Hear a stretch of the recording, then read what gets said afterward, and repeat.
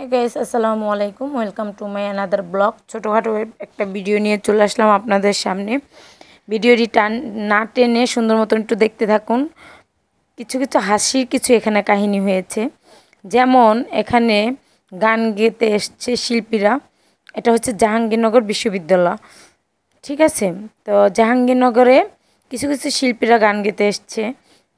সেই ক্ষেত্রে যে এরকম কিছু একটা করবে সেটা আমি ভাবিনি, বাট কি করব, মানে না শুনতে মন চাইলেও শুনতে হচ্ছে আপনাদের জন্য।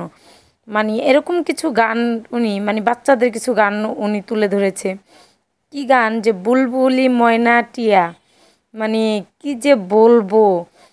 ওনারা মানে এখানে বাচ্চাদের শোনাচ্ছে না বড়দের শোনাচ্ছে আমি বুঝি না। এখানে দেখতেই থাকুন, যে দেখতে পাচ্ছেন যে এখানে সব হিউজ পরিমাণ মানে লোক যারাই আছেন না কেন তারাই মানে মোটামুটি সেম বয়স, মানে ভালো বয়স, ভারপ্রাপ্ত বয়সেই। তো আপনারা দেখতে পাচ্ছেন যে উনি গানটা গাচ্ছে বুলবুলি ময়না টিয়া সোনার ময়না, মানে কি যে বলে না বলে আমার মাথা হচ্ছে না। তো আমি বেশিক্ষণ আর থাকতে পারছি না এখানে, কারণ আমার মাথাটা পেন করতেছে।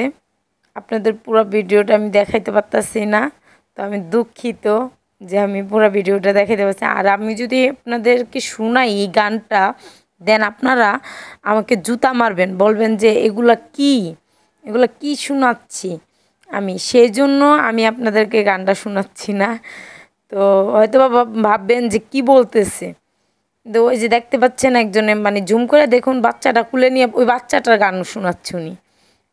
মানে ওই বাচ্চাটাকে উনি রেগুলারলি মানে এই রবীন্দ্রসঙ্গীতের মতন নাকি এই বাচ্চাটাকে প্রতিদিন এইটা শোনাইতে হয়, সেটাও আমাদেরকে শোনাচ্ছে। তো ভিডিওটা বেশি বড় করব না, ভিডিওটা এই পর্যন্তই থাকবে, ঠিক আছে। তো ভালো লাগলে লাইক কমেন্ট শেয়ার করে দিয়েন। তো ভালো থাকেন, সুস্থ থাকেন, আল্লাহ হাফেজ।